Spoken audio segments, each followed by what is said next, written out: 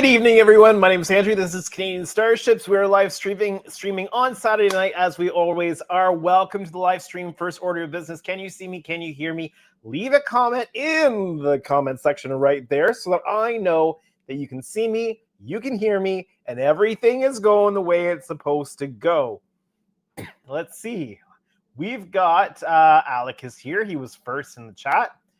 And we've got Jody here. By the way, Jody, we're set to automatically run over to your stream as soon as we're done here tonight.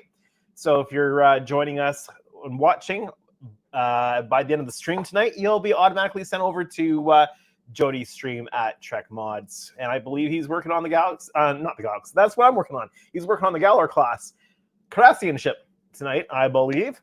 We've got Ghost here, welcome.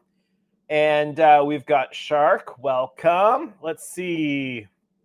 We've got Lewis's modeling and stuff. Welcome to the live stream tonight. Anybody else here? We've got Alan Kelly here, and he can see me and he can hear me. So that is awesome. So welcome, everyone. What are we doing tonight? Well, we're doing the same thing we've been doing for a while. We're working on, excuse me, we're working on refining this thing. Because all the assembly's done, we're working on the refining stage right now.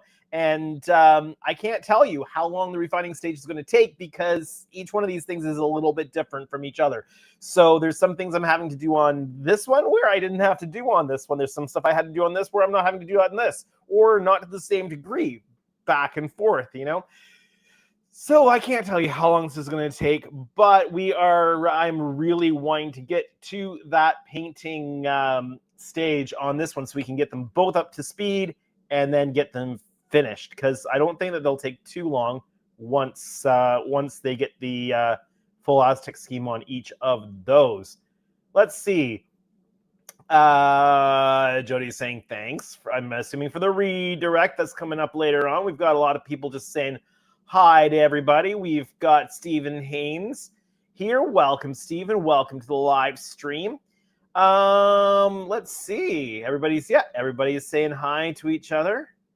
And yeah, I think that's where we're at so far. So I've got my tea, Earl Grey, hot. And we're gonna get right at it here in a moment. So I have I've got this camera view here of the Enterprise D, and I've modified it a little bit more today just so I can back it off a little bit. And it's actually off the, excuse me, let's see, it is actually, there we go. It is off the desk, off the rolly desk, but still connected to the rolly desk. So as I roll it around, it travels with the Enterprise D. So hopefully this gives you guys a bit of a better view of things as I'm working on it. And then obviously I can rotate the ship around on the table as I'm working on the different areas. So hopefully that's going to be quite helpful, I think. But as always, tell me how it works out. Tell me what you think. And we will tweak this a little bit. I had it on the rolly desk last week. I had the camera on the rolly desk last week, but it was connected directly to the table, and so it was a little bit closer, so it was harder to get this back view. I can also go higher and lower. So if I go higher like that, I can go over to the camera control here and give you a bit of an overhead view. This just means you're going to see my shop floor. That's all. So, but I can, if I time it perfectly, I can get a bit of a nice multi-pan of the camera going down and the camera panning up.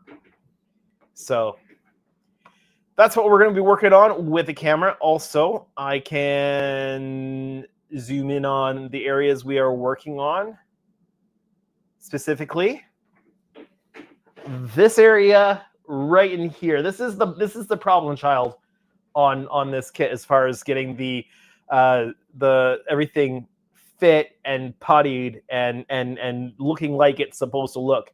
This right here is the problem child area on this model. So that's where we're going to be kind of focusing on a fair bit tonight. I got some initial putty down last night, so it's had a chance to cure up over the last 24 hours, which is good. We're going to be doing some wet sanding on that, I believe, trying to get it smoothed out so that that neck kind of joins with the saucer area there. And then we have sensor band alignment to deal with. We need to bring the sensor band up here so it aligns properly there. Lots of work to do. I also did get some reinforcement on the cracked portion here. So it's reinforced from the inside, and I've started the putty work there. I'm looking at my screen while trying to point it out behind me on the camera. That's a fun little bit of, you know, tap your head and rub your tummy at the same time kind of a deal. A little disorienting. Alec is at work again. Surprise, surprise. Shark says that it looks awesome. Thank you. Alec says, looking amazing, Andrew. Thank you. And Alec also says, and I have a song stuck in my head. Well, we don't really need to know what that is, or we'll get it stuck in our heads too, Alec. So, and no producer tonight. Well, no producer so far. So we'll see what happens. But I'm sure I can hold my own if I need to tonight. I just end up doing a lot more talking if I'm on my own. Is all right. So let's get right at it. I'm going to need my handy dandy good sandpaper, which hopefully I haven't lost. I'm only seeing one piece of it right now, and I should have two pieces. That could be a little bit concerning, but we'll see. Yeah, I've just got the small piece here. My problem right now is I don't have a lot of time to set up for my live streams ahead of the live streams starting. Such is the life with kids and such. So I don't really necessarily have everything set up and ready to go, but I did find the larger piece of sandpaper. It was hiding behind the other Enterprise there. I do need to get a bit of water, so bear with me here while I get my tub of water refilled. And I like to use, can you still hear me? I don't know if you can hear me. You might not be able to hear me at all. I might just be talking to nobody right now while I fill this tub of water in the bathroom in a different area outside of the garage. I need warm water. There we go. Water's warmed up. It's filling the tub. Who knows if you can hear me? It might just be dead air. I don't know. Also, if the microphone lost connection, it might just be horrible noise you're hearing. I have no idea. Otherwise, you should be able to hear me now as I'm returning to the shop and coming back into the camera area. There we go. All right. I have no idea if you heard me that entire time, because I just don't know how well the microphones travel on the distance. But let's see. Alex says, also, sorry, the song is what's the price of a mile? Don't know it, so it won't get stuck in my head. Shark says, yes, we can still hear you. Awesome. All right. So we're going to do a bit of wet sanding on this area here. Let's see if I can get this zoomed in a little bit more. I have a little bit of a cough tonight. I'm not sure why. I shouldn't. Let's zoom that in a little bit more and position it a little bit better. And just going to position it that way a bit. All right. So the Aves epoxy sculpt that I'm using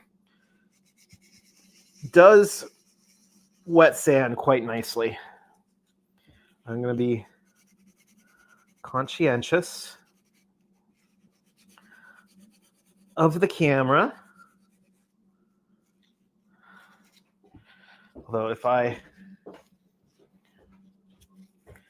do it from this side of the model, you might be able to see what I'm doing a little bit better. Now, my challenge here, because each area that you have to do this has its own unique challenges, and my challenge here is avoiding a navigation light that's right there. Let me grab my water. And let me turn off the face cam, yeah, no, not really helpful here. So let me just turn that, hello. Let me just turn that off while it's not overly helpful or useful to you, because it's just taking up real estate on the screen if I don't. Also, for the time being, while I'm away from the desk working on this, I may not see your chats right away. I'll take frequent breaks from the sanding so that I can try to pay attention a little bit to the chat. This is where producers do come in handy. Pretty sure Ken has some family visiting, so I don't think we'll see him tonight. There we go. Yeah, so I'm working around the navigation light area.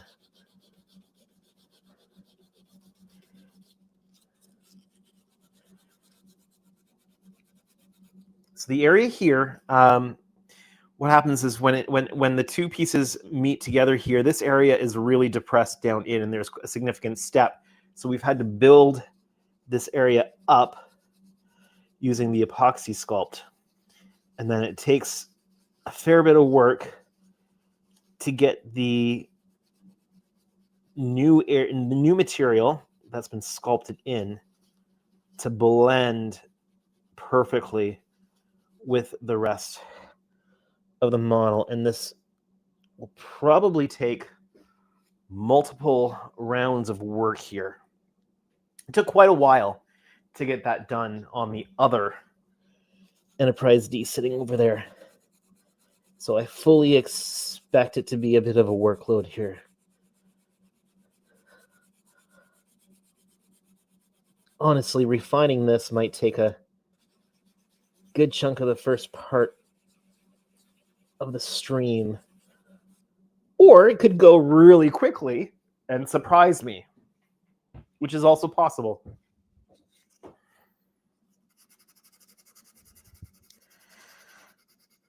Essentially, I am now sculpting this with the sandpaper. Now this is a 3M sandpaper, but it's not actually a paper backing. It's a flexible plastic kind of backing, and I love this sandpaper. The problem is I can no longer find it. I think it's something like 3M Prestige or Premier or something like that. So if anybody ever comes across it, where it's the kind of transparent or translucent rubbery silicone, not silicone, but plasticky backing, please let me know where you can find it, because I am almost out of this stuff, and it is so good.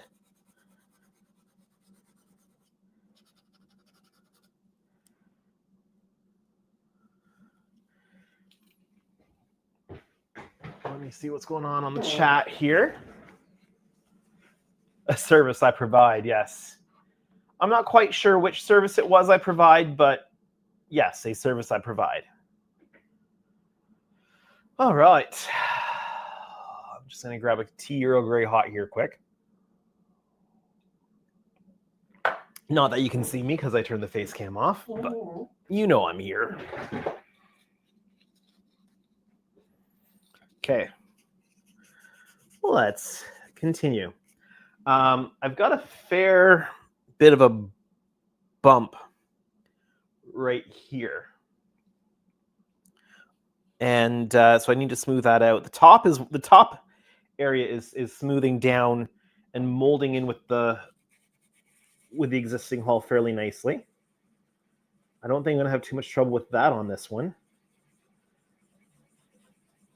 I had to lay down some vinyl on the other one to get it to look right, smoothed out, and but you could still kind of see it if you look really closely.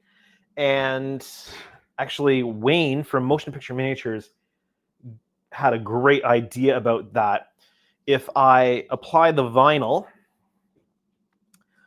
and cut it along the same area as the Aztec paneling is, then the Aztec paneling detail might hide that better. So I might try that and see if it hides it a little bit better.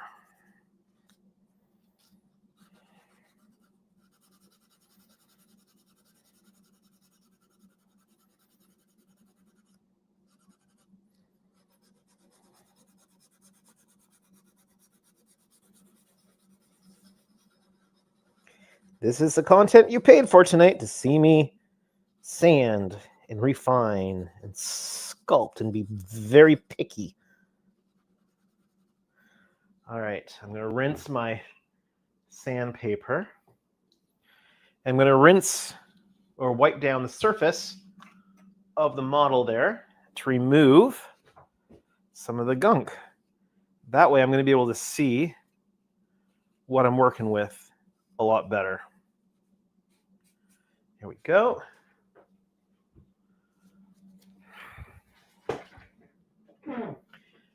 And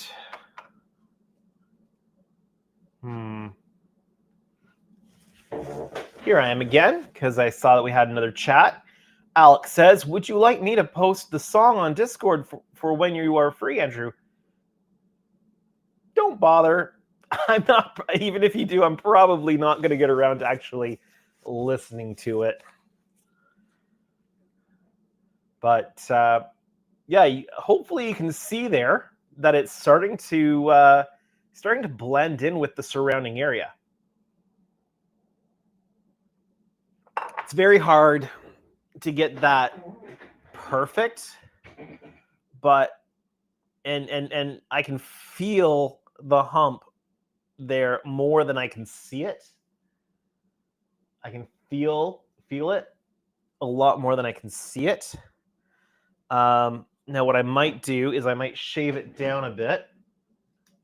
I'll take a razor blade here, because there's some high spots.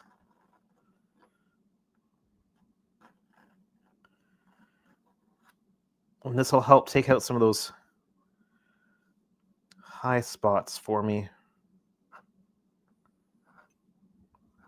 But again, I've got to be very careful working around that nav light.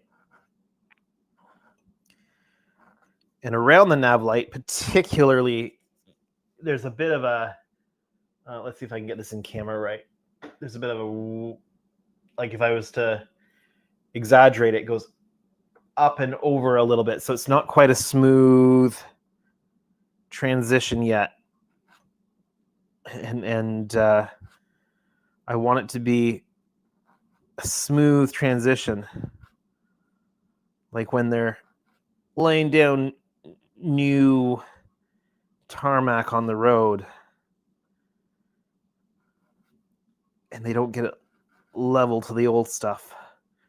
And then there's that rise. We don't want that rise, because that'll stick out like a sore thumb and we'll have to vinyl it again. If I can avoid vinyling this one, that would be great. Although I fully expect I might have to.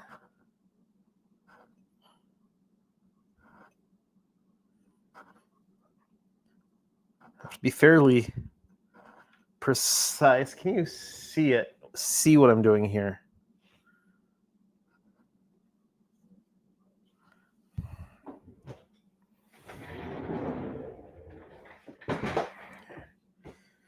Maybe if I do it like this.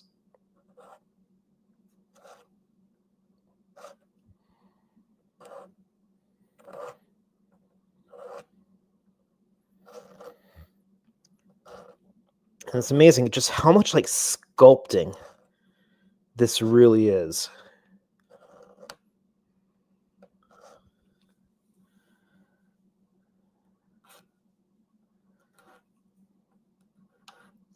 It's amazing what skill sets you end up developing doing these projects.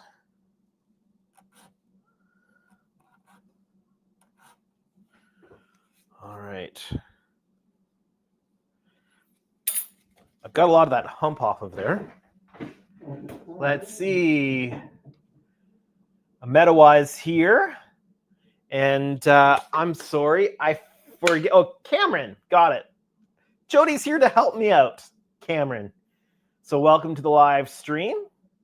Thanks for joining us here tonight. A little bit of a pre-show for Jody's live stream, I guess. All right, we'll go back to the sandpaper now.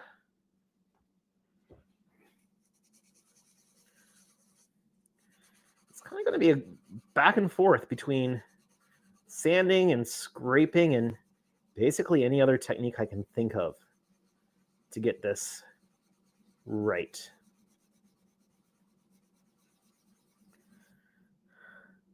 I mean, obviously it needs to rise up to meet the area it needs to meet, but it also can't be a lump of epoxy sculpt sitting there.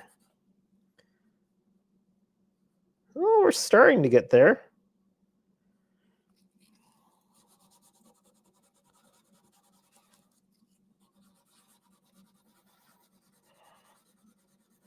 I think I'll just have to gradually sand down the center of this, just so the center doesn't quite lump so much. And using the water on this to water sand makes a huge difference. Let's wipe some of that away.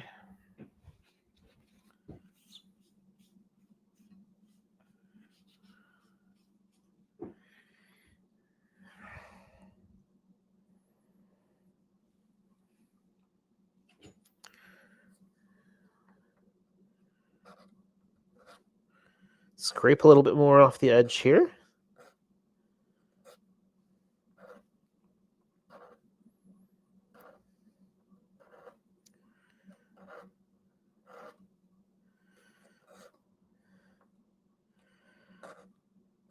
I really enjoy it when whatever project I'm working on forces me to try new things, forces me to discover new ways of doing things.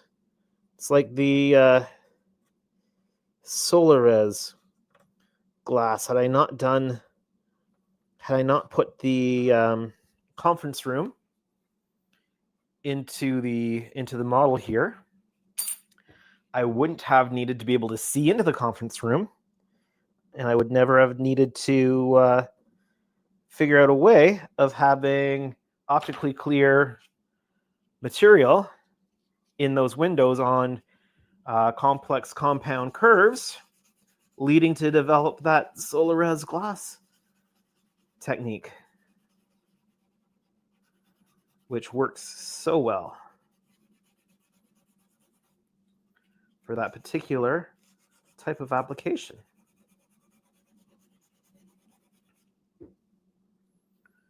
This is actually, I think this is going easier than the last one, maybe because I knew what to expect on this one. I knew how to approach it. I knew where the pitfalls were and where I kind of needed to focus. Oh, that's coming along really nicely. It might not actually be as much as a problem as the other one gave me. I'll get back to that chat here in just one moment. Bear with me. Although I have to say there isn't literally a bear with me, so.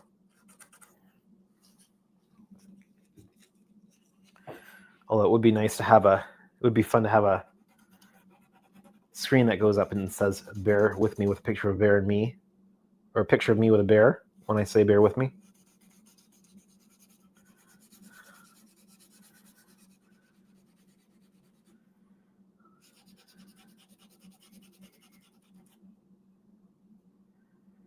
Doing a lot of this, a lot of the decision making isn't based on the visual because you won't really see the visual until more primer goes down, but it's on the feel. If it feels smooth in the transition, I know it's getting there. And that's really getting close now. All right, let me wipe off all the gunk. Clean it up a little bit. And then we'll look at the comments here, which we don't need to because there aren't any comments. I know. You guys are holding off on the comments because I'm not in a position to really be able to look at them a ton. But I will get back to them.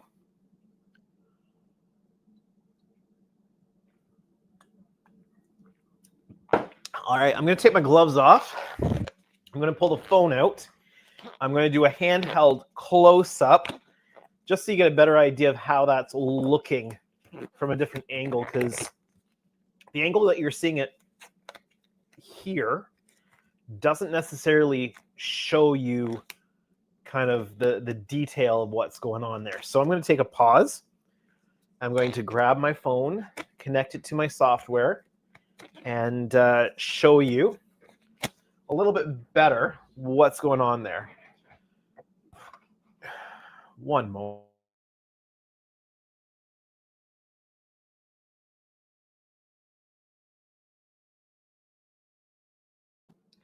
Sorry about that. Phone. It's in my pocket.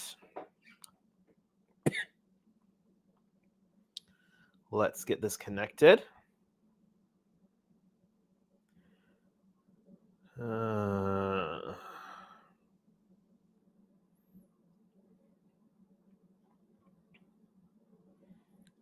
Please stand by.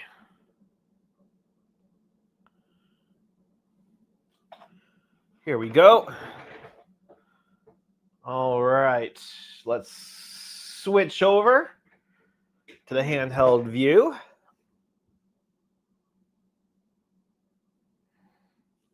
How's that?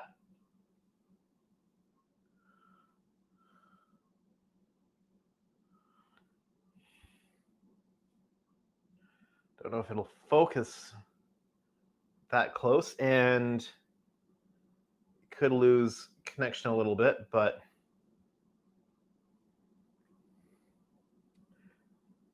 I'm not sure why that's struggling to maintain connection tonight.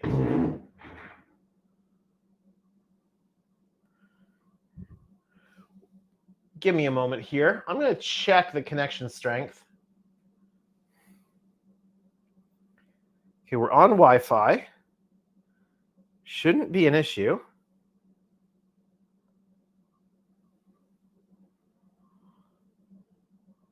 That is struggling tonight.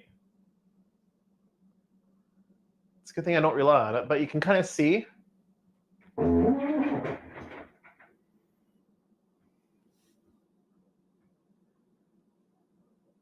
Kind of see how that's looking.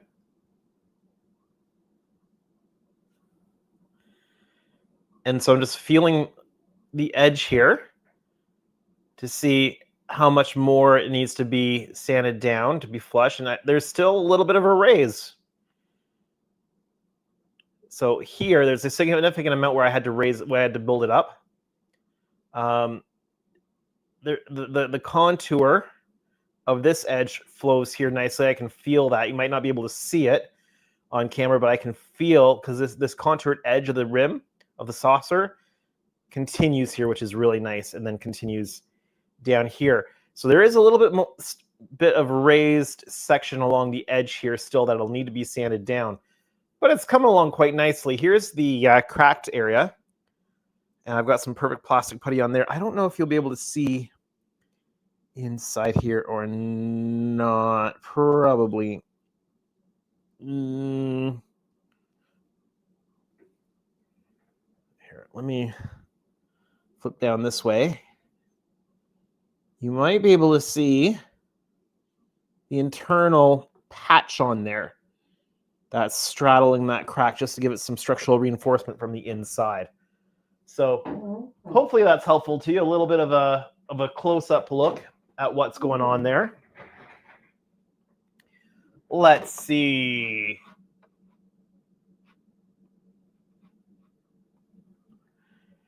Alex says, I just got on break. I am falling asleep at work due to only getting 3 to 4 hours sleep last night, mostly due to a bit of heartburn and acid reflux. Careful what you eat at night, Alec.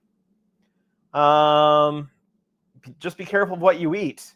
If you eat tomatoes, they can cause that to happen. Peanut butter. Meat, like beef, later at night can tend to cause some problems. McDonald's, fast food, that kind of a thing. Alec also says, looks good. Thanks. And then Jody says, we can see it fine on the main camera. Okay. Okay, so you don't really need the nausea ride of the handheld camera. Heard. Got it. Okay. And Jody also says the repair job looks great. Thanks, Jody. Thank you. It's not the end of the world if something like that happens. And it's just this material, if you're working with one of these kits, just be mindful that the material can, under the right circumstances, be brittle. So it's not fragile by any means, but it can be brittle, act brittle if moved the wrong way. And Shark says, amazing work, Andrew. Well, thank you. We're going to glove back up here and do a bit more sanding and work that a bit more flush. It's not looking too bad in person here, but I know that once we get the primer on, it'll show any and all of the flaws. So we'll work this down a little bit.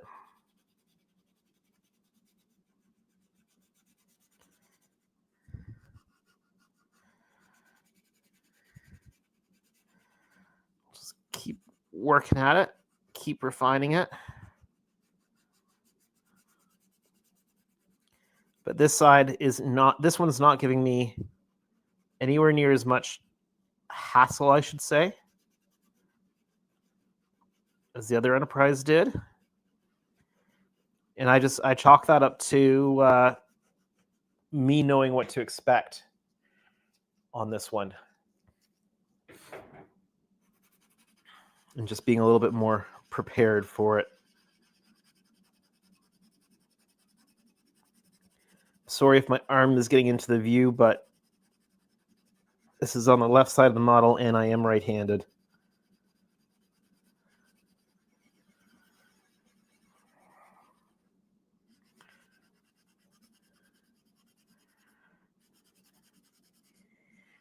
I'm sure, Jody, you have to do a lot of this on your projects to make all those random pieces blend together so nicely.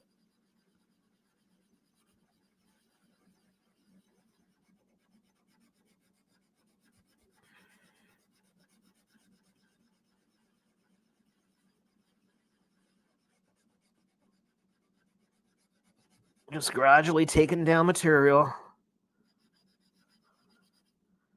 until it's as flush as we want. You know, this is the kind of work that just takes forever, but really makes a difference at the end of the project. Especially for those close-up views. I know a lot of guys talk about it being good for, 2-foot distance or whatever. But the reality is people are going to be looking at it super close up. And so I want to take the effort, if I can, so that it holds up super close up. So I just need to take, I've got it down up here. It's nice and flush. It's just right beside that nav light, which I knew is the area that was going to give me the biggest trouble.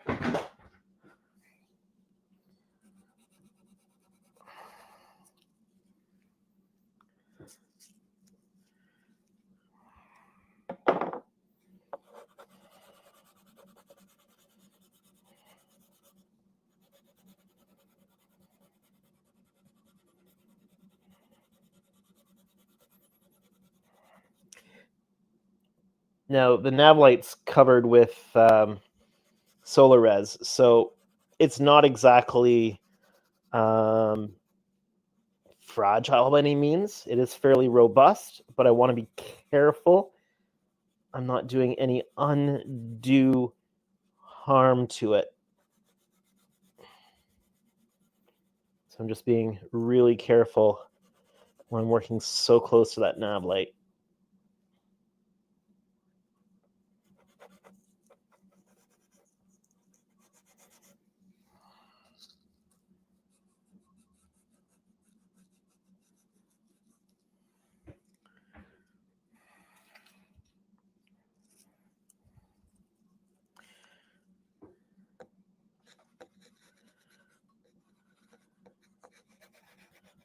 Just using a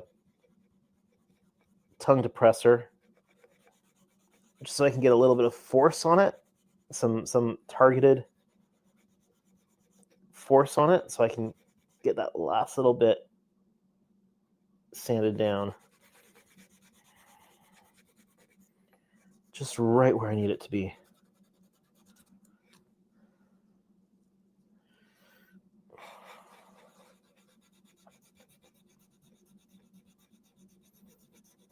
Yeah, that's getting it, I think.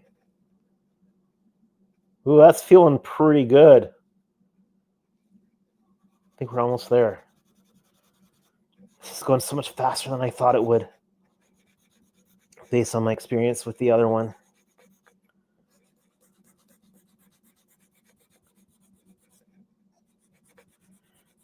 But again, I know what I'm doing on this one because I've done it once already. I mean, not that I don't know what I'm doing, but it's exact experience. Because, yeah, you've got experience working on this stuff, but it never quite translates one-to-one because each kit is different. All right, I'm gonna wipe that off and have a good close-up look and see. We've got some more people here. All right. Let's see. Shark says, amazing work, Andrew. Thank you. Jody says, especially in a corner like that, any stresses will be focused on the weak points. Yeah. Jody also says, not as much as I should sometimes. I'm still trying to get better at the finishing work. The biggest thing with the finishing work is it's just tedious, and it's a matter of sticking with it, like getting through it. It's not my favorite part at all. But it's a lot of guys rush through it because it isn't anybody's favorite, or it's not many people's favorite part of a build, and so people really want to get through it. Let's see. Chasing Skylar's here saying, I'm doing an AMT Enterprise E and a massive resin printed DS9. Resin loves to glow, so I'm going to have to do fiber optics. Yeah, fiber optics on the DS9. How big? When you say a massive resin printed DS9, how big? Like, what's the diameter of the docking ring on it, if you happen to know? Thanks for joining the stream, by the way. Stephen Haynes is saying hi. Let's see. And Jody says, that's cool, Scholar. I want to do the E someday too. The 1400E has some major fit issues. So I don't know how far along you are on it, but pay special attention to the deflector dish housing piece that goes in there.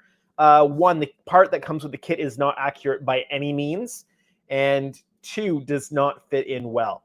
So now I typically like to use the Spaceways parts that I used to get from Shapeways, but Shapeways had their issue of going under for a while, and I'm not sure that the guy from Spaceways has a new place where he's getting those done yet or not. The other area where there's some major fit issues, and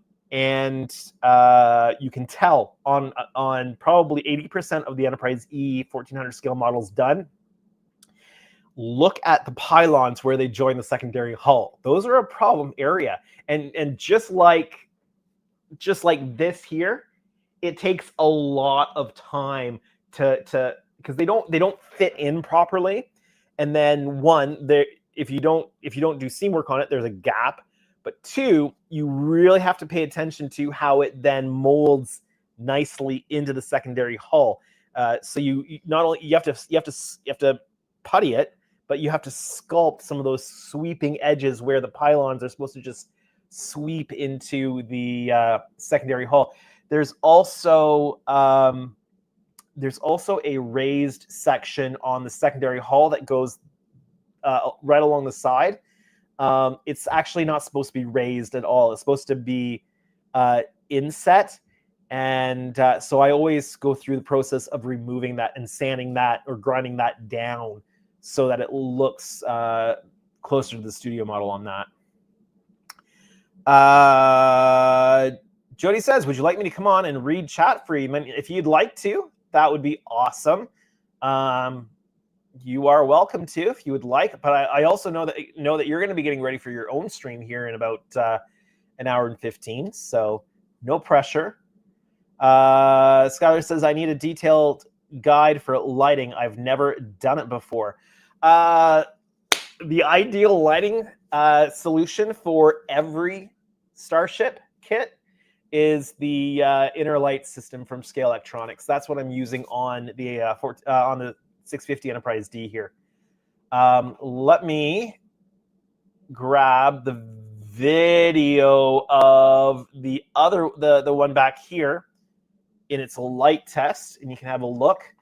The nice thing about the inner lights system from Scale Electronics is that it uses a graphic user interface where you just select your settings and stuff, and there's no coding, programming, or whatever needed to do it all. You use addressable LEDs, and you just install them on the data chain, and then once the model's done, you can program it to do anything you want to.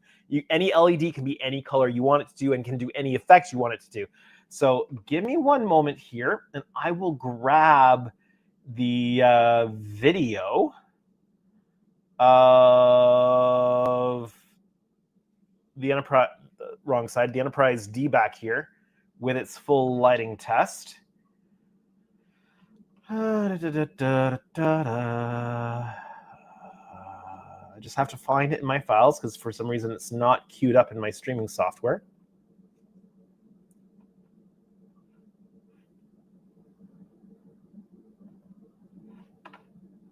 And my computer is not showing me thumbnails for videos right now for some reason.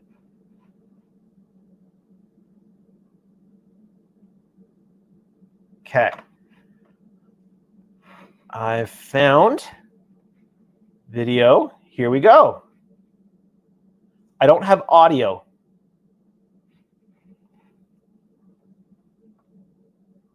The control panel down there is my iPad, and you control it over Wi-Fi. And those are strips of addressable SMDs, so just regular addressable SMD strips. Now the white lights inside are flashing red for red alert. I've got 9 LEDs on those Buzzards just so that we can do cool effects. And it goes to warp. Do I do the Borg? Yeah, this might be the Borg phasers. Yeah, Borg phasers. So let's say it's been taken over by the Borg. Again, any LED can be any color you want it to be, which is really cool. So what else do I have it doing here? I might fire the torpedoes, but that might be a little hard to...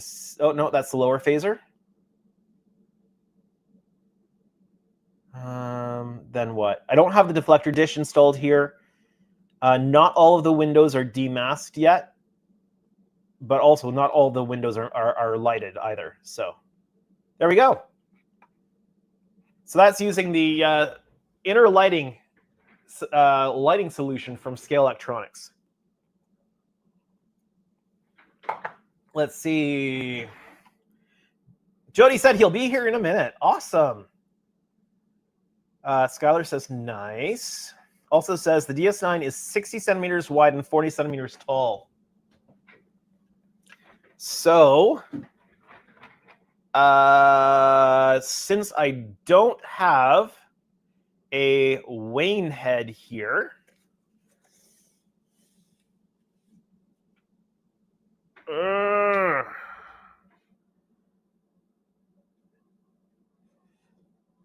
60 centimeters wide. That's a nice size. So a little bit, let's see. So for those who saw the Enterprise D at Wonderfest, it's just a little bit narrower than the width of this Enterprise D saucer. So that's pretty cool. Let's see. Alex says, why am I not surprised you suggested inner lights? Not sponsored. All jokes aside, I know it's definitely easier than Tenet controls and can be used for far more ships and customized lights.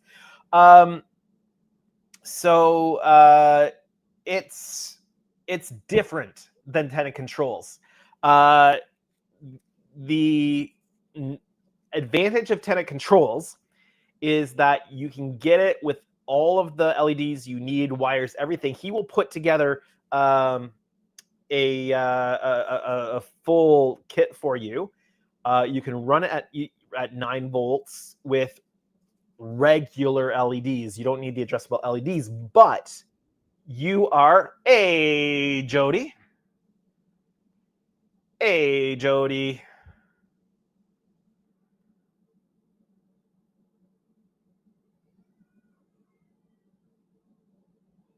I cannot hear you.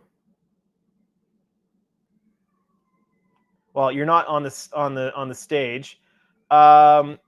If you don't use your camera, then it will allow you to come in voice only, without doing anything with the layout of the live stream there. And then you just join. Now I might be able to hear you. Hola? Can't hear you yet. Can't hear you yet.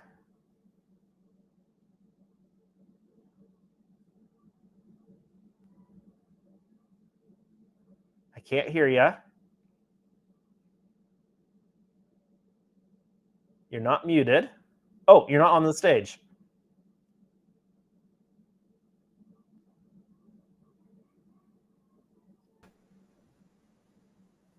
There you go. Try saying something now. It says I'm in with audio only.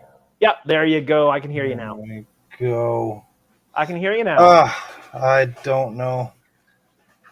I had it on the StreamYards on the browser, but it wasn't showing your stream, so I had to refresh. And then when I refreshed, it reset my settings or something like that. Oh well. I have it figured out. Sorry about that delay. I hope I didn't ruin your flow there. No problem. All right. I'm just going to remove my gloves here for a moment. Yeah, so that inner light system, what was I saying? So the advantage, The advantage is you can, with the tenant control stuff, is you can get like all the LEDs and stuff like that, and it'll just work. But the disadvantage is you're locked into whatever Ralph has set up on his board, and you can't change any of it. And you're limited to the load that board will take, how he set things up, and so you don't have the flexibility with it that you do when you use the inner lighting system and set it up exactly the way that you want it. So I'm just going to have to pause for a moment. I need to go check on something because I just heard a kid's crying. So I'll be right back. I'll catch up on the chat while you go.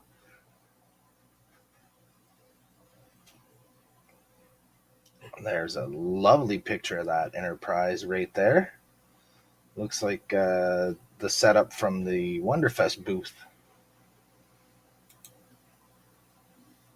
And Ricardo said, that's beyond impressive. I've watched it several times and it still amazes me. Yeah, I got to see it in person, and it totally amazed me then.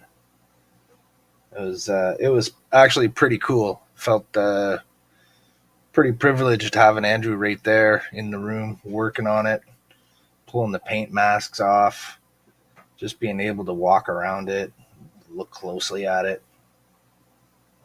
Pretty cool. David James is here, and he says, good evening, Andrew. Andrew has stepped away for a moment there, David. When he comes back, he'll get that comment.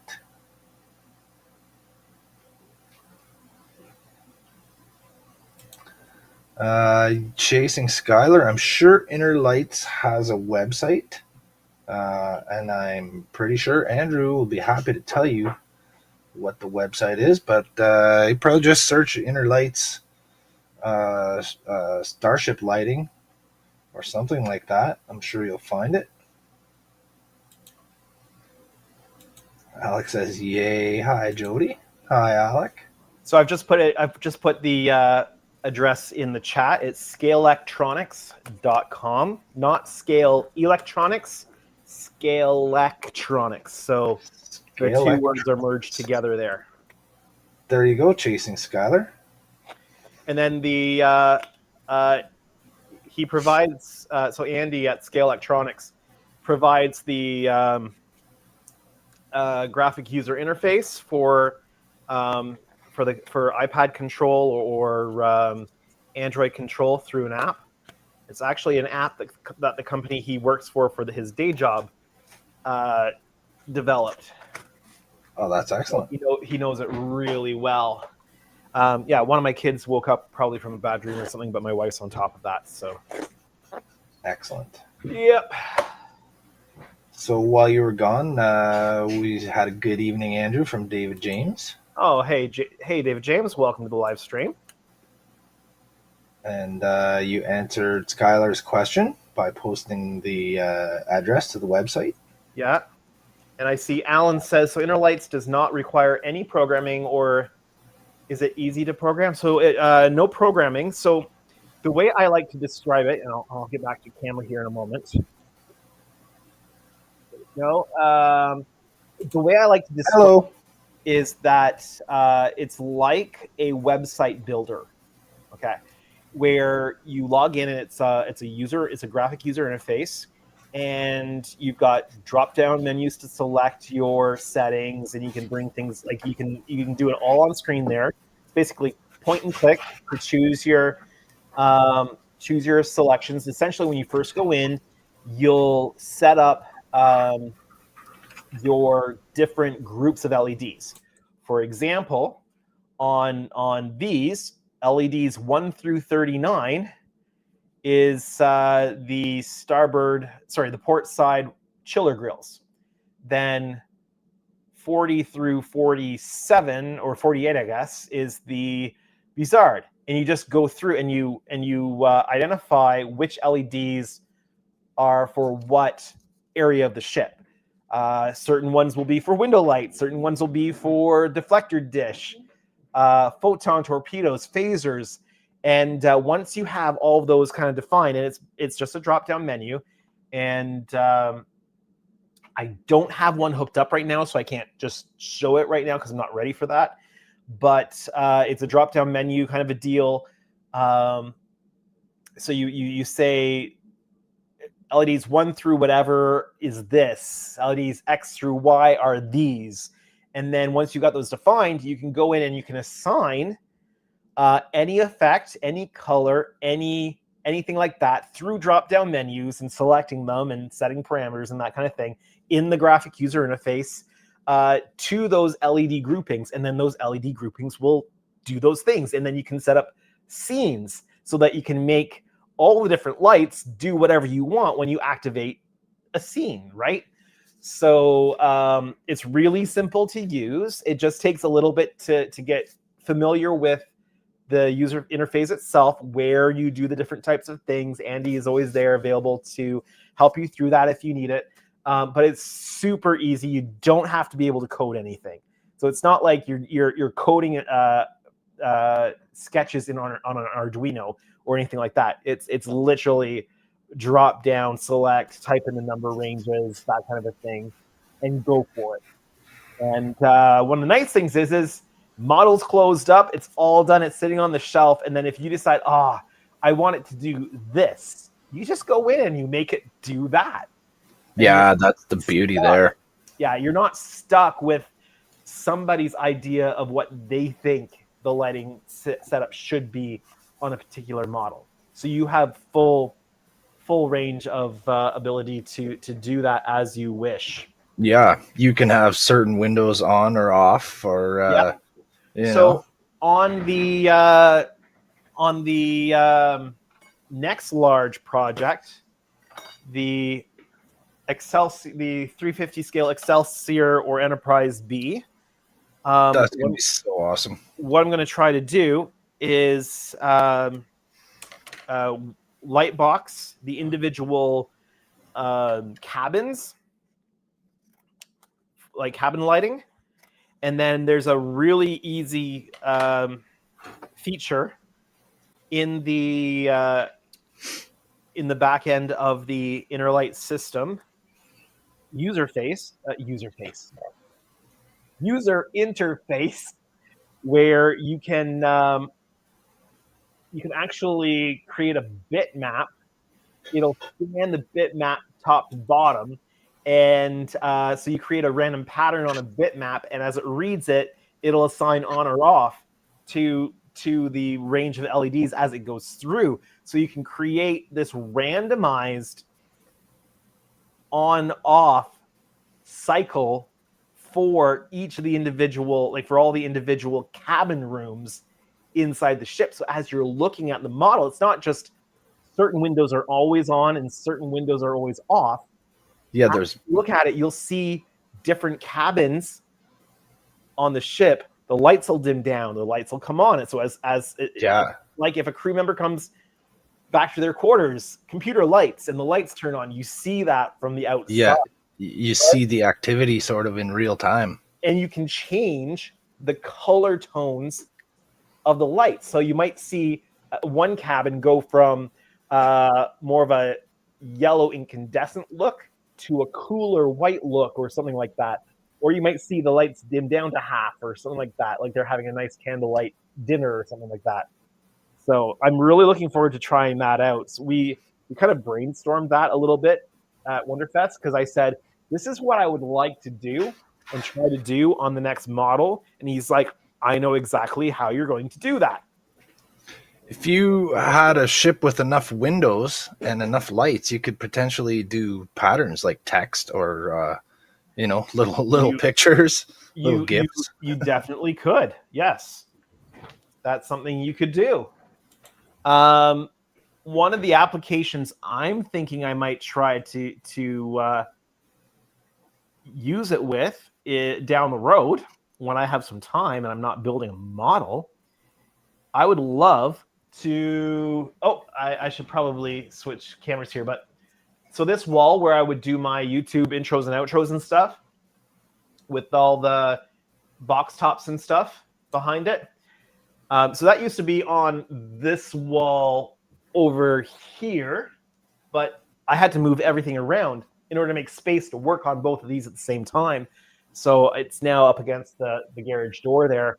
And what I would love to do, though, is create a full-size Master System display, that like Elcar's Master System display type of a deal, with inner with lights all behind it. yeah, with all the different lights and stuff behind, Yeah.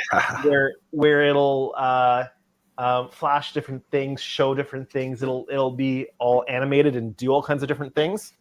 You So could just get a really big TV and put it on the wall with the video playing. that's no fun.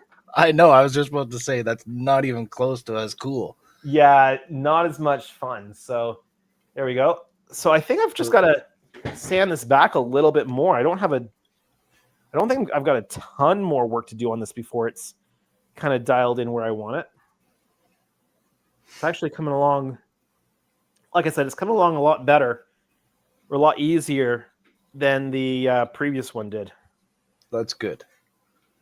You've got the experience.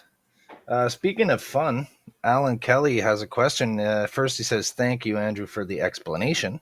Was Scale Electronics at Wonderfest in 2024?" Yes, they were. They were in the so they were in the room. They had the like they didn't have a big ship there like this year, because we used the Enterprise D to show off the lighting system this year. But he had a booth.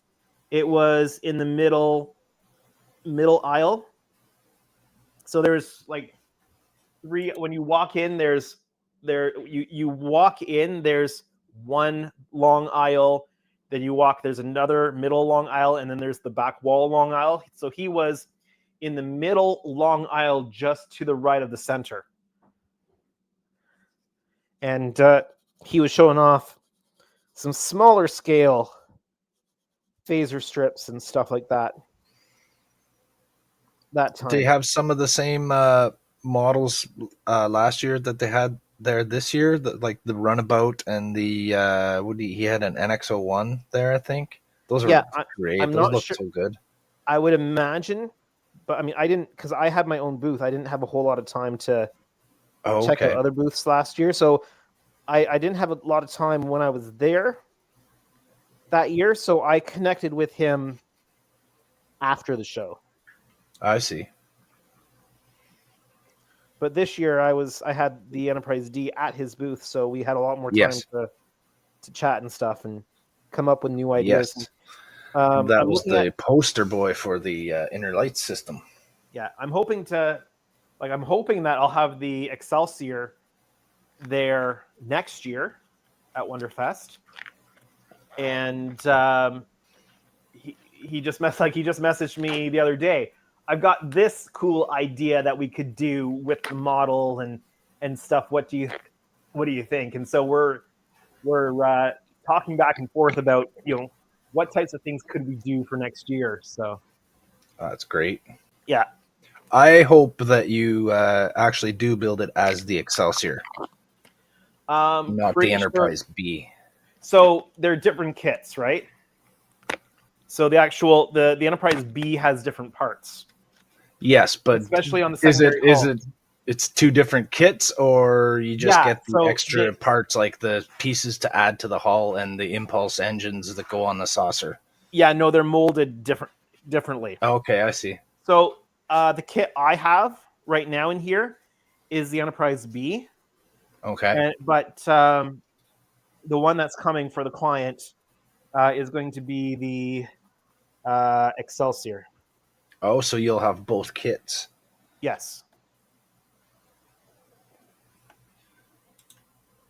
David James says, so if the Pro version allows up to 2,000 LEDs, how many do the phaser strips alone take up? I forget how many you said before. Yeah, how many LEDs are in those phaser strips?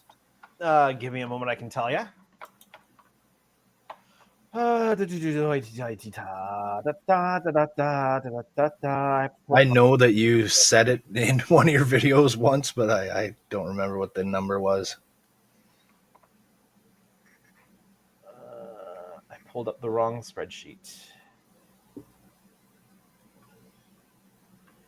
Okay, so phaser arrays. I'm going to have to do some maths here. One moment, please. So the lower phaser array is LEDs number 177 to 301 inclusive. So that means that there's 124 LEDs in the lower saucer strip. And then the upper saucer strip is LEDs 410 to 566, meaning there's 156 in the upper phaser array. So considerable amount more. Pardon? It's a considerable amount more in the top one. Yeah, it's a bigger strip because it's further out on the saucer. Oh yeah, it's longer. Yeah, the strip on the bottom is closer in, so it's a shorter strip. So 144 on the bottom and 156 on the top. So there's 12 more LEDs on the top than there is on the bottom. And there's a grand total of 573 addressable LEDs in this thing, not counting the 0402 SMDs that are functioning as the navigation and like the navigation lights all over the ship. Yes, which will I be was controlled. just about to ask that too, because I those are going to be controlled by an expansion board that basically becomes the addressable interface that then turns the dumb LEDs on and off. So the flashers will run the flasher, and it'll bring the static on nav lights on when the ship powers up. So basically, it's a little board that goes in the line of LEDs that then pretends that it's the addressable portion of the LEDs, and then it just does the power up, down, etc. Based on what the controller is telling it, which is really cool. So that allows you to use some non-addressable LEDs in your setup. All right. So that's looking really good. I'm happy with that.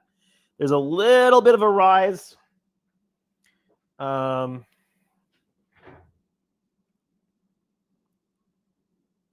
Right where the nav light is, but I think I can live with that. It's not much. The rest of it is super smooth, and you're probably not going to be able to see just the small little bit right beside the nav light there. So my next thing I have to do is work on resculpting the sensor band. I don't know how well this is being picked up on camera here, but the sensor band drops down just a little bit too low. So I've got to raise it up a little bit. It's not actually, because it's further back, it's not going to take a lot, and I'll need to add some material in the bottom. So I just need to redirect this little gap here just ever so slightly so it aligns with the other one. And I'm just going to work on removing some material. You kind of got to raise the top of one side and lower the bottom of the other side. I've got to lift the top one up and add material to the bottom one. Yeah. So I'm just going to work very gradually on scraping the material. I think I need to change my blade here. I've got a chisel blade on here that I'm using, and I think it just needs a fresh blade. Alec likes your random animation idea. He says he will most definitely use it on the NX-01 or the White Starship. What's the White Star ship? Is that like an ocean vessel? A White Star, that's a cruise ship, the Titanic. Right? Maybe that's what he's talking about. Titanic was part of the White Star line. Yeah, was definitely with the Cerritos. Yeah, that's a good shout. That's probably what he's talking about. I'm just looking for. There they are. I found them. My little container Trent's has here. Hey Trent, how's it going? Thanks for popping by the stream. And then I'm assuming you'll need to go just a little bit before your stream starts so that you can get ready for it, right? I'm sorry, your audio kind of cut out a little bit there. I didn't hear everything you said. I said I'm assuming that near the end you'll need to jet so that you can get ready for your stream. 5 to 11. I don't need a lot of time. I just got to switch over. Everything else is all set up. Perfect. Mm-hmm. So what on the Cardassian ship are you working on tonight? Probably those prong bits that on the tail? fabricated. Yeah. I fabricated some plates to cover the other side of it so that I could have 2 sets of them. And I'm just trying to put little LEDs in there to try to light the tips of them. So I'll be messing around with that, trying to get that going on. Okay. And I can't do any progress on my shuttle bay because Donnie offered to print me off a few little Cardassian shuttles. Okay. And so I'm going to wait until I get those and I can put them in there and complete my little shuttle bay that I made that goes underneath the I don't know how much you noticed because you're always working when you're on the stream. So I cut off about 2 inches of the tail piece of that Galler class and I turned it into a small shuttle bay sort of pod that's underslung on the bottom of the ship. Similar to the Excelsior? No, similar to the to how the Hornet is with the pod that comes down from under the ship. Okay. So it's going to be a little pod on a pylon. So I have to make the pylon that attaches to the ship. I see.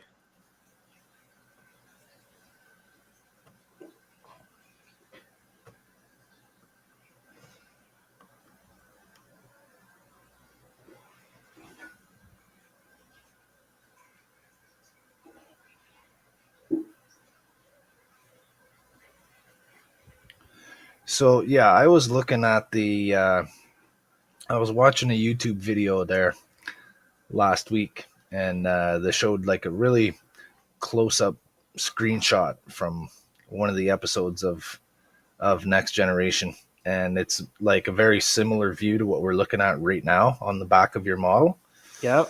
And all the problem areas are in the exact same locations that you're having problem with, and you can literally see the rippled paint, like where the fingers are of your left hand. There's like bubbles of paint on the surface, and you can see that same seam that you're working on has a big step and a gap, and it's all the exact same issues with the original studio model as you're having with these ones. Well, and it probably depends on when the episode, like what season the episode is in, because if it was season 3 or on, and it wasn't one of the like stock shots of the Enterprise that they made like first season. I'm pretty sure it was one of those. It was the original model. At least that's what Todd said. He saw the picture. He said that looks like the original 4-foot model. The original was the. I'm sorry. Yeah, 6-foot model. Yeah, because it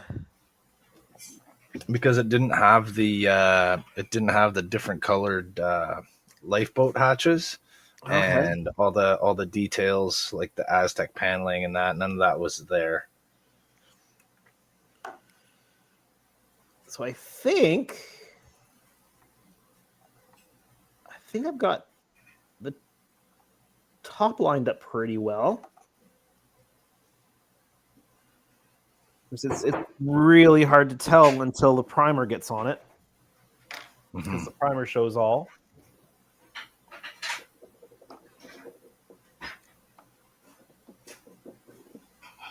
But I'm just kind of following the line across, and I think I've got it pretty good. Now I'll need to add a little bit on the bottom there, material. So there's a flat spot on that seam, right? That groove doesn't follow all the way across that seam onto the neck? Yeah, there's a flat spot. Now the flat spot's not included on the model, so I had to create that. That's what I was wondering about. But the flat spot is actually beneficial to this process because it kind of hides. Yes. So it makes it a lot easier to make it kind of align, and really you're not going to see how that alignment looks here on this camera. No, because all we can see right now is the gray of the resin and the white of the filler. Yeah. And it just still looks like a step. But what I'm going to do is grab the epoxy sculpt and create for myself. Well, put a little bit of epoxy sculpt in here to raise the bottom up a little bit. And then once the gray primer goes back on this thing, you'll be able to see that it's more or less. I doubt I'm going to get it perfect, but more or less it's going to line up. Sure, going to line up a lot better than it is now. But this is the fiddly work that just kind of has to be done. And I'm just David James. I'm sorry. Go ahead. I'm just looking at work I did on the down here, and I can't see the area I added. I'm gonna have to go back and add some more material. You can't see it on camera, but on the back of the secondary hull, let's see if I can move the camera a little bit so you can see what I'm talking about.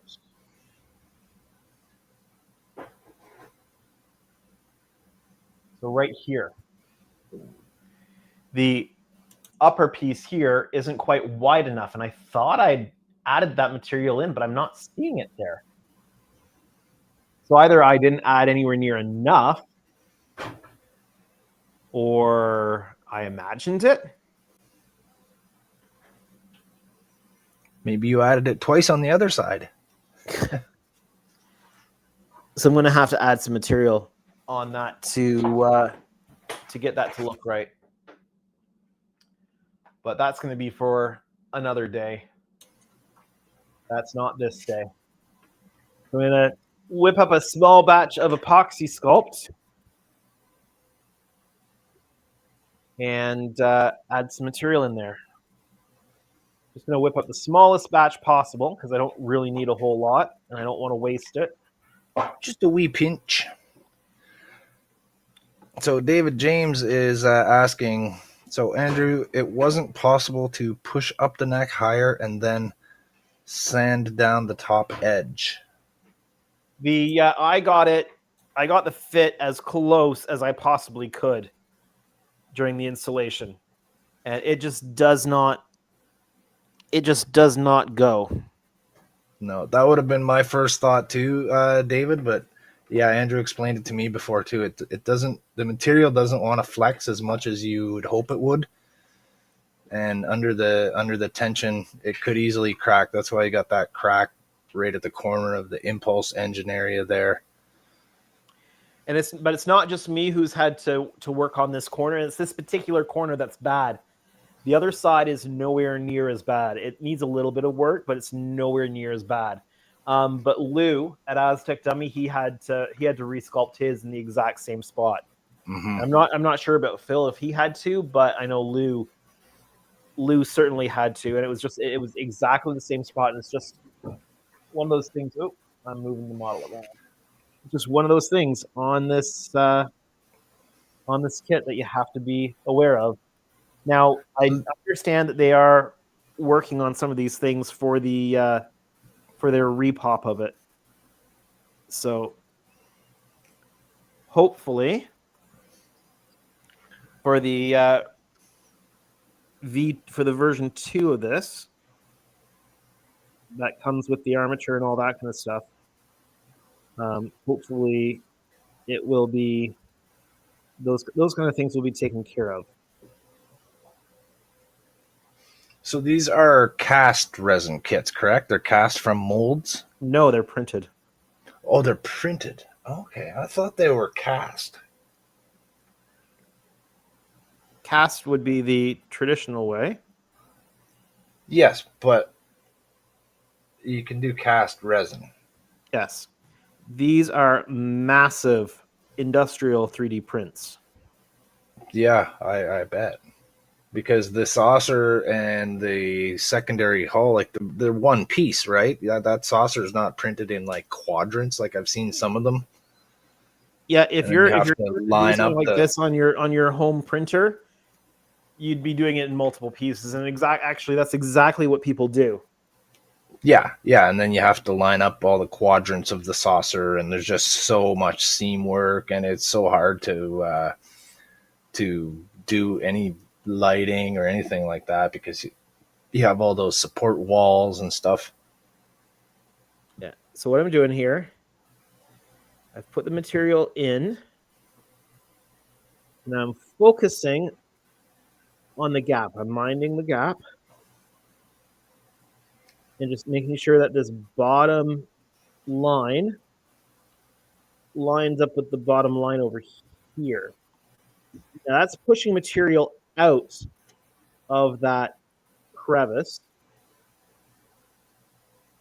but I will clean that up once the material has a chance to harden, to cure. So I will clean that up. I will shave it off and sand it down. I'm not going to try to deal with that while the epoxy sculpt is still pliable, or I will pull the epoxy sculpt. I will pull it out of where it needs to sit and cure in there.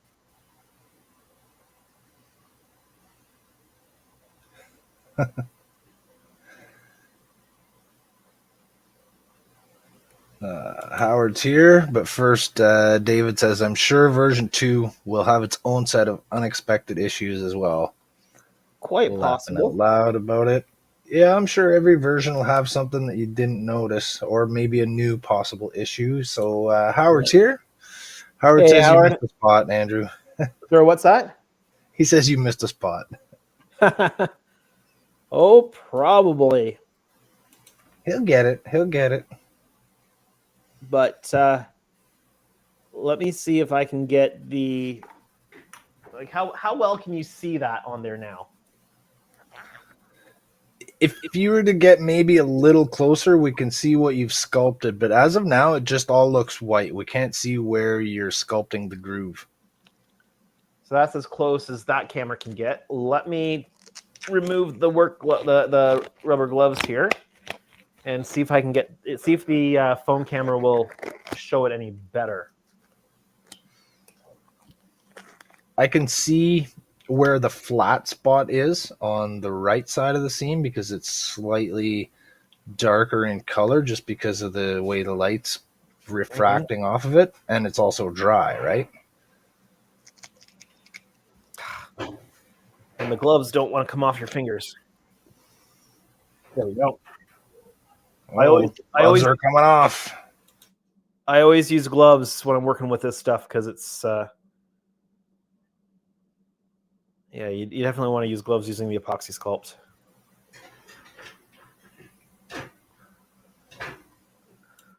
All right, let's see if this will work better than it did last time.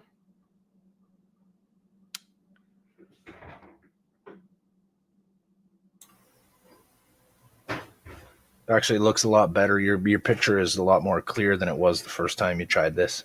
Yeah. So let me get the...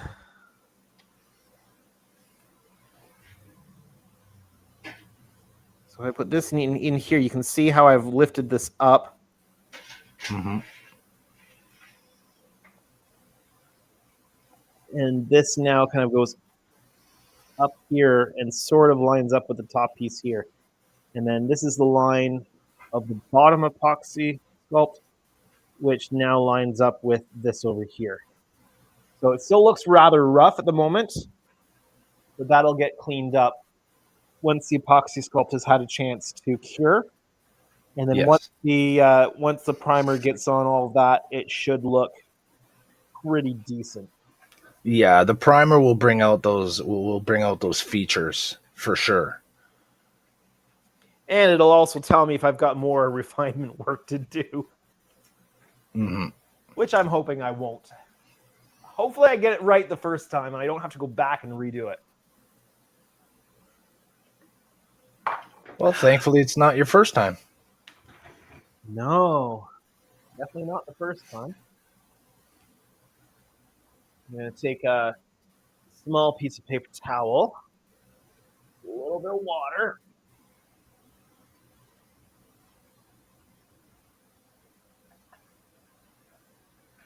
I'm going to just lightly water sand the perfect plastic putty on the area that's had to be repaired.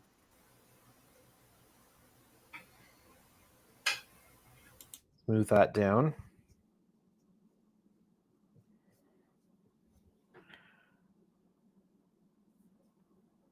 Perfect plastic putty is all I really need on this area because I'm just trying to get rid of the visible crack. So it's not going to need a whole lot of work.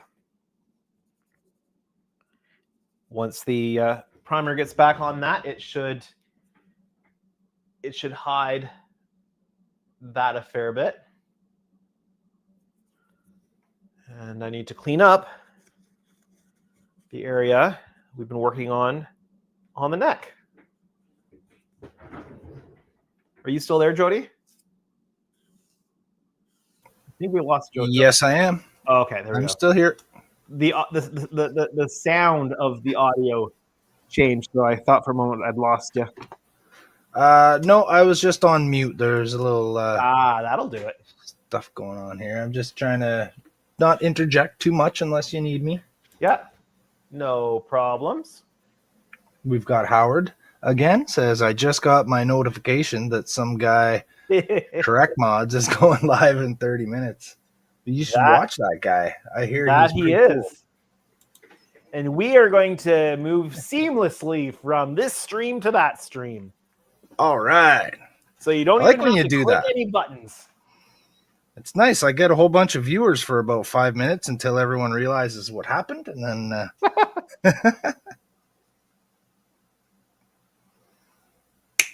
we go.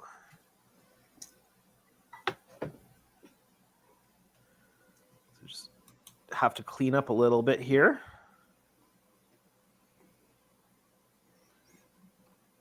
Not yet, Ricardo. You have to wait a little bit, buddy.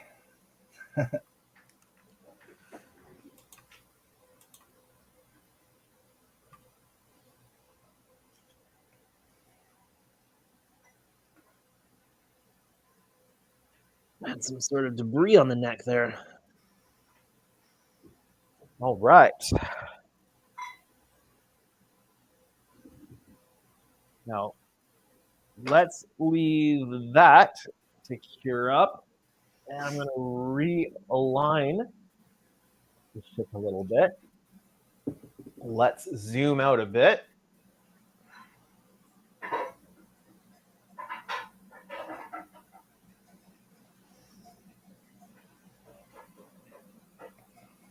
There we go, or zoom out a lot, perhaps. And see if I can turn the ship without turning the table. There we go. That area you're working on is right dead center of the frame.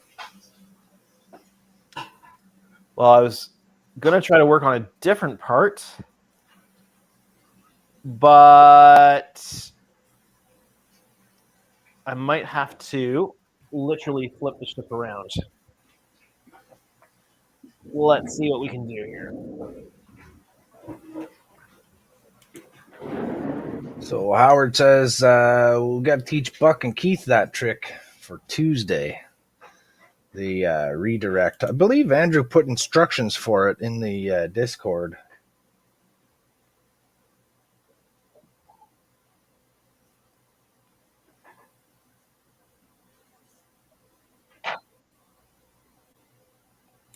That's okay, Howard. I knew what you were saying there. I got you back, buddy.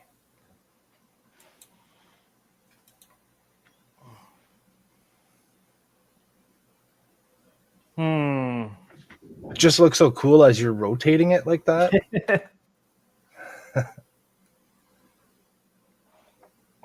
I'm not sure I'm going to get a good angle for, well, maybe here. Where are you trying to get to? That part on the saucer ring there on the rim? No, the part on the back of the secondary hull. Oh, okay. Yeah, that you just mentioned. Yeah. Like 5 minutes ago.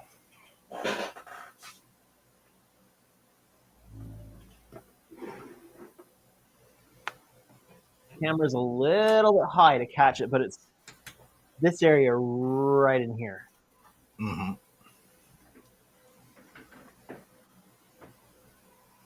I don't think I can lower the camera any.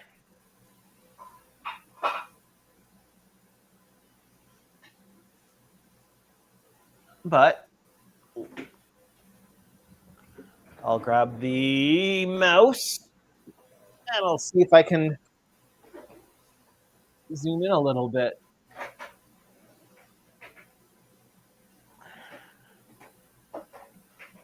Let's see what I can do.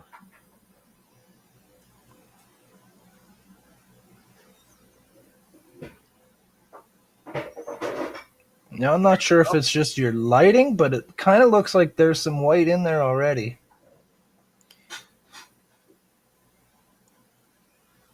That's just on the metal strip in there. But yeah, okay, I definitely the light need to reflecting add off material. that. It's almost like I haven't done it at all. I thought I had. Did I do it on the opposite side by mistake? I watched you do it on your stream last week. Maybe you only did the one side. The other side didn't need it. I was sure I had. I was sure you did too. I remember you mixing the epoxy sculpt and squeezing it out into like little lines. But it doesn't look like I did. This is so weird.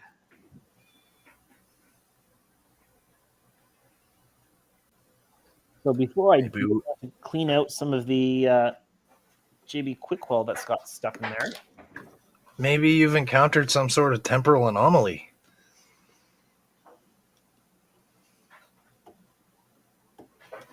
Hopefully the Bozeman's not going to come out and smash into the ship.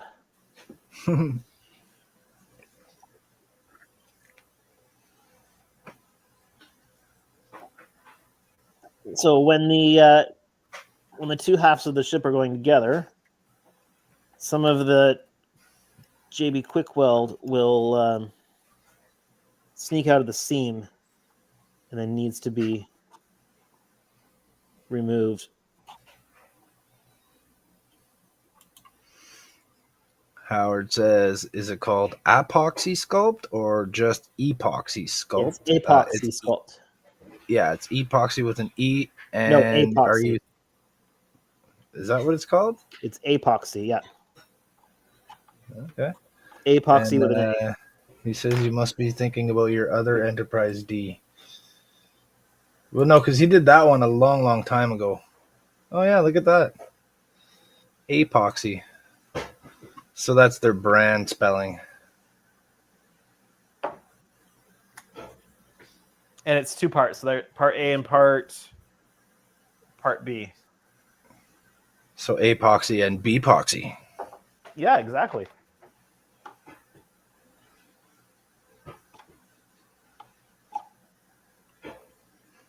Well, those tiny metal poles from Polar Lights are usually enough for the small models that we build, Alec. But this particular one here, this model probably weighs about 30 pounds. Oh, it's got some heft to it. Yeah, there's big steel plates and metal armature inside the whole thing. So yeah, it requires a big base like that. So this is your working base, but does the final base have that big of a post as well? Yes. Yeah, okay, I thought so. And actually, the working base will be inside. Okay, it The final. just kind of gets a skin. Yep. Oh, that's excellent. David James says, that's a gorgeous ship from any angle. Can't believe how strange I thought it looked the very first time. Yeah, I'm sure everyone thought it looked weird the first time they saw it. I don't know. I liked it right from the get-go because I wasn't hung up on the original Star Trek when the Next Generation came out. I kind of saw Next Generation first, and then I didn't see the older Star Trek until I was older. And sometimes different designs take some time to grow on you. Yeah, exactly. Like a lot of people didn't like the new version of the Enterprise that they have on Strange New Worlds, but I think people are starting to come around to it. Well, I think for that, it's not so much whether they like the design or not, it's that it's not the original. But it is. Just pretend it is. It's new. Yeah, what I'm saying is I think most people that have reservations about it, it's not so much about the design itself as that it's supposed to be the original Enterprise, but they expect it to look exactly like the old one did. Like, people need to understand that things get updated. Like, we're living in a different time, and our expectations of what the future looks like have changed a lot in the last 60 years. Well, and so if I was making Strange New Worlds, I would approach it as a period piece myself. As in like that was the design aesthetic of the 2260s or whatever. You'd want it to look like the original? So my go-to would be to represent it as a period. It just happens to be that period is in the future, right? Yeah. But that's not the approach that they've taken on it, and that's fine. That's their creative decision to do, right? Which I get it. It makes sense because the original series looks old. Yeah. Given our technology that we have today, apart from the magic tech like transporters, warp drive, phasers, that kind of thing, our everyday tech is far more advanced than what their everyday tech was on the original series, right? So yeah, we've surpassed their ideas of the future. Mm-hmm. I'm just gonna get a refill of my tea. Earl Grey. Hot. Howard says, blame it on the alien in chat. Oh yeah, Alec is here. Yeah, and he says, I also know I'm just asking for it, but Howard, look who's in first. I haven't cheated yet. You're only there because I left chat and I am here now, Alec. Well, I can't see any of that on the StreamYard side, so I have no idea who's first, second, third. Yeah, we can't really tell don't care who's first, second, third. StreamYard. Doesn't matter to me. Everybody is the same in my eyes.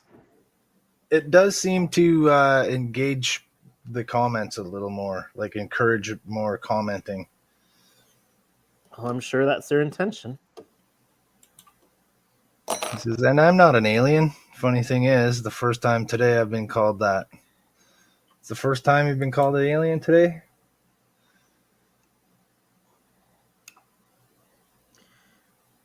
If you had to be a Star Trek alien, which one would you be? Well, obviously I would be a Klingon. Nuke da o kushpa e. How about you guys? Chat, which alien would you guys be?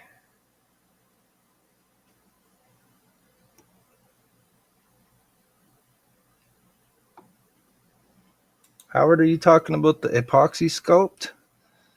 Says it's $35 here. What's it cost in Canada? And how far does it go? Do you have to use a whole tub of it? Well, I don't think you'd have to use a whole tub of it.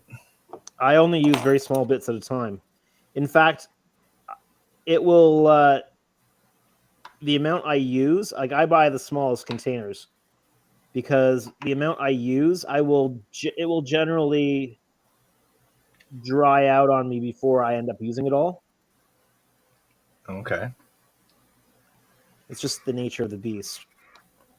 Yeah. But I don't typically need to use tons of it at a time. Like even on a section like this where you need a fairly significant amount, it's just a small, like 2 small pea-sized balls that you mix together and use, and I usually always have leftover when I've mixed them up. So, but it's best for areas where you need to build up material. It's not what I would use on general seams, but for areas where you really have to build it up and add material, that's kind of where its strength lies. In fact, it will even add additional strength to an area. So you can use it structurally too. Mm-hmm. Yeah, because that becomes pretty rigid once it's dry, right? Very much so, yes. But it is sandable. Mm-hmm. It's also easily sandable using water. So if you have wet sandpaper, like water sand, it'll go a little faster for you. But it doesn't turn into mush or anything like that. So I have to agree with David James here. He says, my only issue with the Strange New Worlds Enterprise is they're not using a physical model. I'm not a fan of how overly CG the ships look now. I agree with that. If you're doing like action shots, space battles and stuff like that, it sure does make a whole lot of more sense to use CGI, faster, cheaper, it looks way better. But as for like close-up shots of the Enterprise and all those beauty shots when they're panning around the ship and stuff, I think a physical model would be so much more satisfying to look at. yeah, so fast action shots, CG is better to use from a production standpoint. Yeah, for And then sure. super duper close up shots where you're actually going inside the ship, like looking inside the ship through an outside window. That again is where like CG is beneficial. Yeah, it would be I still difficult think, to transition from the outside to like with a physical model, yeah, peering through a tiny window into like a scene inside. Because I think about the very last shot in All Good Things, the last episode of TNG. They're sitting Mm-hmm. at the poker table. Picard's joined them. He does the "In the Sky's the Limit," and they pan out and they go through the window. But because they're using a physical model, it kind of didn't translate very well. So that kind of a shot would be ideal for a CG model. But on other shots, I like how tangible the physical models felt. It felt like it was a very real thing. Absolutely, because it And was. yes, because it was a very physical thing in a physical space. And you don't get that quite as much with the CG. I gotta say, it's a lot better than it ever has been. But still do like that's why I thought it was really smart of Seth MacFarlane when he was doing the Orville to insist that they had a physical model that they could use for some of the shots. And I mean, they used CG for a bunch of stuff, but they also had the physical model that they could do shots with. Because it's hard to fully replace the physicality of a real model Yes. with the CG. Talking about real models, the Voyager concept did not sell. Again, No? Huh. You still got a chance. I've still got a chance. No, I mean, it would be cool, but I will have to reproduce it from the reference photos. Howard says Alec wants to be a Vulcan, but he's more like the barber, Mr. Mott. And Alex says, or an Antarian, the blue guys with the antennas. Andorian, Alec. Yeah. Andorian. Andrew and I are Antarians. From Ontario. Ontarians. Up northern Ontario. But you know what? All It right, with tracks. that, The Andorians prefer to live in cold climates. You know. that's right.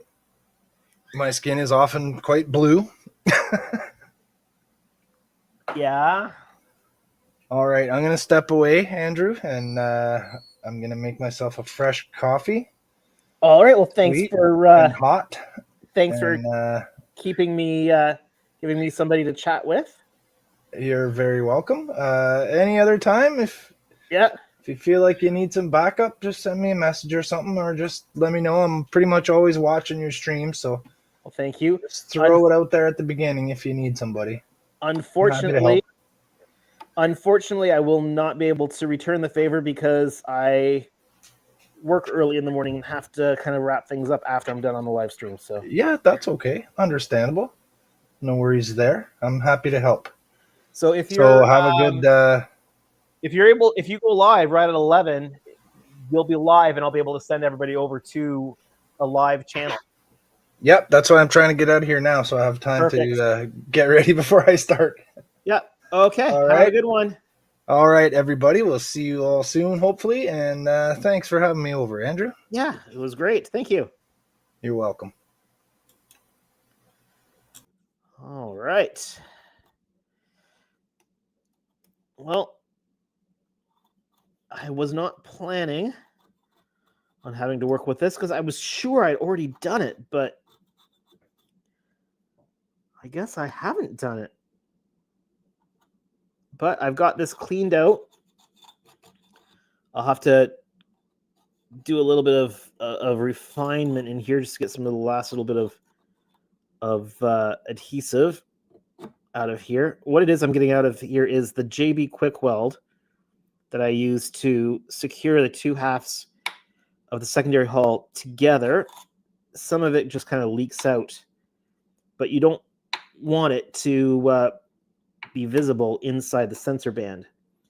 So although it's very strong as an adhesive, it does peel off with a knife, so you can separate it. So what I have to do, and I obviously don't have time to do it tonight, but I did get the cleanup done, so I am prepared to start doing it, is I have to add material right along here because it's not quite wide enough. And again, I was sure I had already done this, but it's not looking like I have. So I don't know. If I haven't done it, I don't know where I did do it because I remember doing it on, I was sure I had done it on this copy of the model. So I just don't know.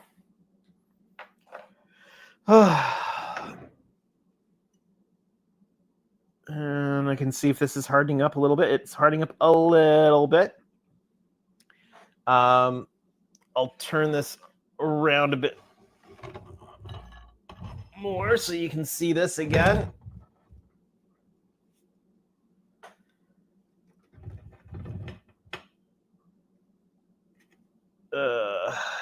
Yeah, my face cam thing is going to be in the way.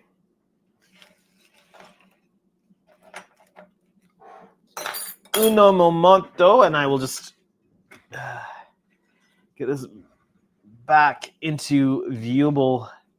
Oh, the other thing is I'm right. I'm zoomed in, and I repositioned the camera. That's right. There we go. That explains it. So what was I saying about that? Oh, right. Let me zoom in here to the part we actually want to look at here. I see the chats coming. I'll get to that in a moment. But I just want to kind of show you. So this is starting to cure up a little bit. So what I'll do is once it's cured up, I'm going to go in with the knives, with the number 11 and the chisel blade and stuff, and I'm going to chisel away the excess material, and I'll go in and I'll shape the sensor band further with the chisel blade and the number 11, and just kind of continue to refine this so it looks like it runs into this sensor band up here with the material in between, with the gap in that band in between. I do have, let me move the camera over to the other side here. I have a little bit of that work to do here, but as you can see, it's nowhere near as bad. Like, this lines up pretty well. So it's nowhere near as bad on this side. It's just going to take a little bit of sculpting for that to look like it lines up. I'm not going to have to add the extra material here, which is nice. This side lined up okay. This side did not. I will need to do some work with the gap here on this, but that is to be fully expected. So that's kind of where we are ending things off tonight with this. So let's zoom it out.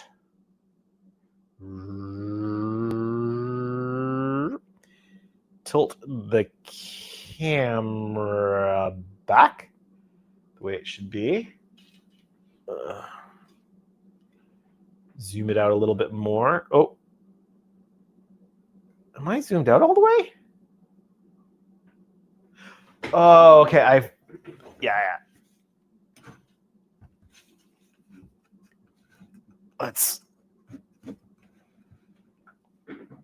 I need to move this way a little bit. There we go. That way the whole thing gets in camera, and the camera's not level, but that's okay. So that's what we were able to get done today. I must have bumped the camera to get it not level anymore. But we're going to move this over. I love that the camera follows. If I turn it this way, then you get to see her sister ship in there. All right. Oh, I better put this bucket over here. How are we doing on time here? We're almost there, everybody. Where did I put my mouse? My mouse is over here. Let's take a look at that chat. Dash says, well, they pulled the Powerball in 9 minutes. Somebody could win 1.8 billion US dollars. That is insane. That is truly insane. David James says, I caved and got me some tickets. So if you hear some loud cheering from California soon, wow.